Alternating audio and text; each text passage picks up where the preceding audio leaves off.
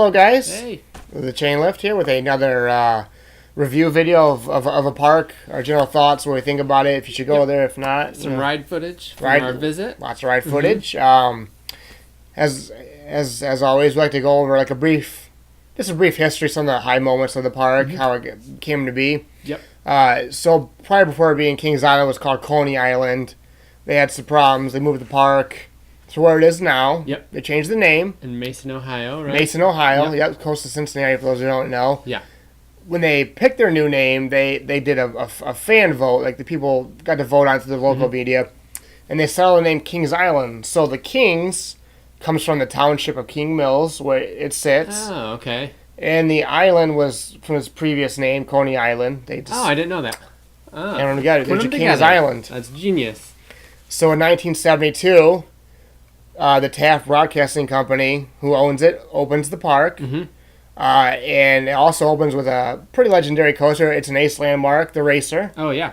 Opened with the It's a great park. coaster, yeah. It was featured on Partridge Family, Brady's Bunch episode. Yeah, it's pretty iconic. Still standing. It's a fun one. It's Yeah. a good wood coaster.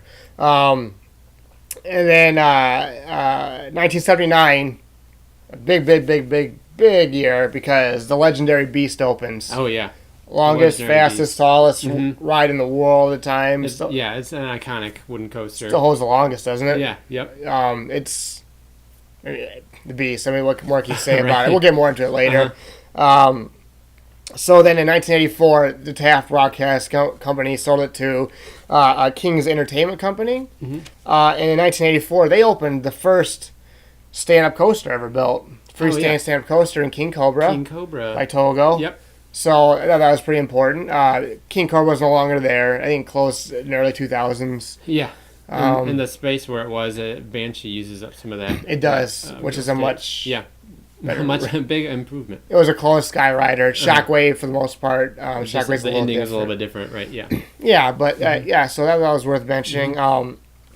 Also, they also built Vortex in 1987, and at that time, that was like the biggest ride, and the tallest, most inversions for 1 year, and then Shockwave of Great America knocked it out the very next year. Man, Shockwave is not fun. Made me black out every time. It hurts. But then that closed down. And then in 1992, Paramount Parks bought Kings Island, and through all this, they got the five that we all know. Kings Dominion, California's Great America, Canada's Wonderland, and Carowinds. Yep. And then the most famous thing about the Paramount times at Kings Island was year 2000, the most famous, infamous defunct coaster of all time, the Son of Beast opened. Beast, yeah. We never got to ride the ride No. with loop or without loop, but from all the stories I hear, it was pretty awful. Yeah. But the innovation with that ride was really incredible at the time. 2000. It was. It was a nightmare from the start building it for them. It was just a total nightmare. Just for fun, it was the first wooden hypercoaster ever built. It was 218 feet, 214-foot drop, 7,000 feet of length. I mean, that's crazy long. 78 miles per hour. And of course, you had the loop. And they took it out in 2006. Then that ride closed indefinitely for 2009. And they just kept having mechanical problems and people getting hurt on it. Yeah. Who even built that ride? Oh gosh, it was I got written down, Roller Coaster Corporation of America. They're not around anymore. No. But I know they had like Gerstlauer trains on it, Okay. and they had other people helping out because it was just a mess. Yeah. I still would have loved to ride it. I would too. Even the last couple of years when it wasn't open, it would have been cool to see in person. Oh but, yeah. And then Banshee also takes up part of that real estate. And if you ever go to Kings Island, the Son of Beast station is still standing. They use it for haunts and stuff. Yeah. But it's like it's famous for that part. It needs to be said. But then Cedar Fair 2006 bought 5 parks for $1.24 billion. It's a great deal. It's a great deal. So, and that's kind of where we stand. As far as kind of going over a brief history of it. Cedar Fair, since they bought it, they put in Diamondback, Banshee, Mystic Timbers, Windseeker, Delirium, maybe? No, I can't remember. Yeah, maybe Delirium was pre that, but they've done a lot of facelifts on it too. It's yeah, Diamondback's one of my favorite hypers. Oh yeah, me too. It's one of my favorite rides. Period. It's absolutely fantastic. Great air time. I love the splashdown at the end. Banshee's a great invert. One of the best inverts in the world. I know it's a lot of people's top. Yeah. Inverts in the world. Mystic Timbers, we rode it the first time, last time. It was amazing. Blew us away. Yeah, especially the second time. The first time we rode, we still liked it. Second time, even more so. For some reason, it didn't stall us at the top of the hill as much as it usually does. It felt like it was faster. Yeah, we sat in the back both times. Just the second time, the air time was great, and it whipped us around. The park was freaking busy though when we went. It was for the Halloween haunt on a Saturday, so like we got there early with our Platinum Pass, so we were able to get right on Mystic Timbers in the morning. And we were only able to ride it one more time at the end of the day because the wait was like 2 hours, but it was worth it. Oh yeah, for sure. Yep. Of course, you got your beast, legendary. Yeah. I really love the first half of it, coasting through the woods and. You really feel like you're out there by yourself. Yeah, the first half is, I think it's better than the second half. The second half is fun. It's just really intense. It's super intense. And it feels like you're going to break, like the train's going to fly off, or if you stick your hand out, you're going to definitely break don't do this in the second half. But it's still really cool. I still love the whole ride in general just because it's so unique. And the logo, the vintageness of it, I love it. It's great, yeah. I absolutely love it. You got your Paramount basics, and you got your your backlot stunt coaster. Even the racer was cloned quite a few times. Flight of Fear. Yep. Firehawk, which they got from Geauga Lake. Right? They did. Once Cedar Fair acquired Geauga Lake. Formerly Deja Vu. Yeah. No, sorry, X-Flight. Formerly X-Flight. Yeah, excuse me. Sorry, X-Flight. Yeah.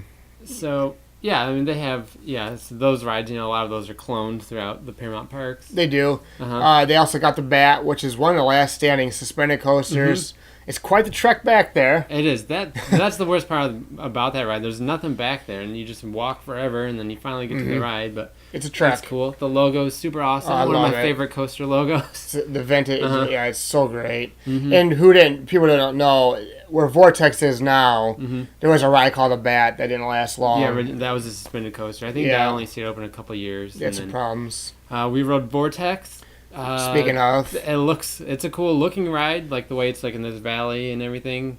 The ride wasn't bad. We've been on it before, and we had worse rides. This time I didn't think it was too bad. It was pretty smooth. No, the Aero built ride. Yeah, it's your lots of inversions, kind of the same. Yeah, but the part where it goes in the valley and it kind of, I'm not sure what it's called, but it kind of like dips in and dips you back out. A pretzel loop, I think it's called. Yeah, it's so cool. The station's great. Yeah, I love how you walk over the track when you go back down to the train there. Yeah.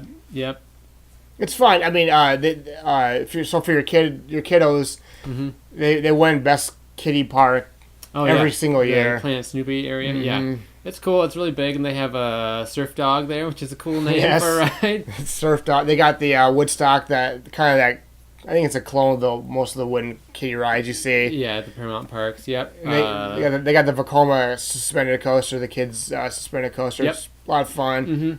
It's so great. You get your blue ice cream there? We didn't get. I was planning on getting blue ice cream because Kings Island's famous for it, but the line was freaking long everywhere. You needed a fast pass for all the food. Like seriously, fast pass for a bathroom. It was crazy, and like as the night went on, it just kept getting more busy and more busy. Yeah.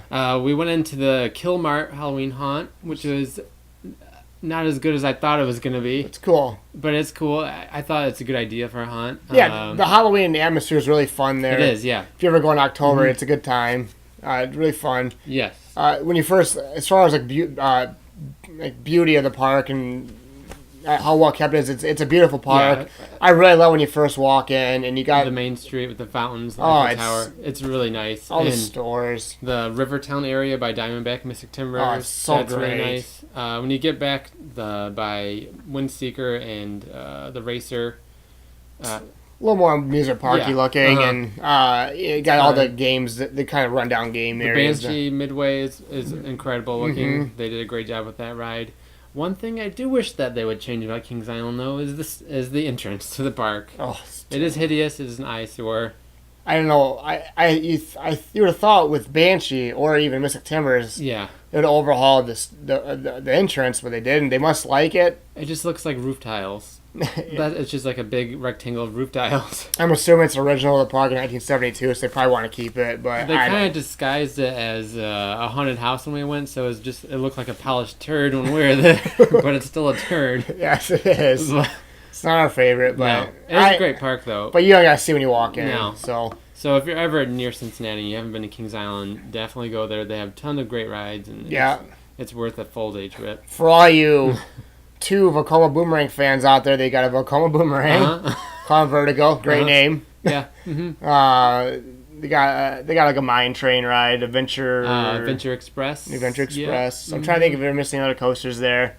I think we got them all. Yeah, I would say as a whole, you got your Beast, you got Mystic Timbers, Banshee, Diamondback. I mean, those 4 coasters are like grade A top shelf, class, yeah, world class coasters. You got your backlots, your Vortex are kind of the bad Flight of Fear and Firehawk, and those are all great, second tier coasters. Yeah, and a lot of people think we're nuts about Fire. I know a lot of people love Firehawk. I think as a whole, it has an incredible collection of coasters. I think Diamondback's one of my personal favorite rides. Yeah, top 5 for me. Mystic Timbers is budding, top 10 for me. Beast is legendary. Yep. Banshee's a really, really, really great B&M invert. The park's super well kept. It's a beautiful park. While it doesn't have like charm, like maybe your Dollywood or Busch Gardens, it's still like a very nice like Cedar Fair sort of park. They do what they can. Yeah, I mean everything is clean, upkept, and like where they do have their little theming and stuff, it's good. It's well done. It's good. It's a good park. It's a high recommend for me. Absolutely go there. Make sure you get the blue ice cream if the line's not Don't miss out like us. Yeah. But tell us what you guys think about Kings Island. What's your favorite coaster there? Yeah. Mine's Diamondback. Yeah. Me too, Diamondback. If you've been on Mystic Timbers, let us know what you think about that too. Please subscribe. That's most important. Leave some likes. We're gonna be doing a lot of giveaways starting pretty soon. All sorts of really cool stuff. So you want to like us. You want that stuff. Yeah. So and also Twitter. Yep, Twitter. Likes are good. Yep. Make sure you subscribe, and we will see you in the next video. Bye, everybody.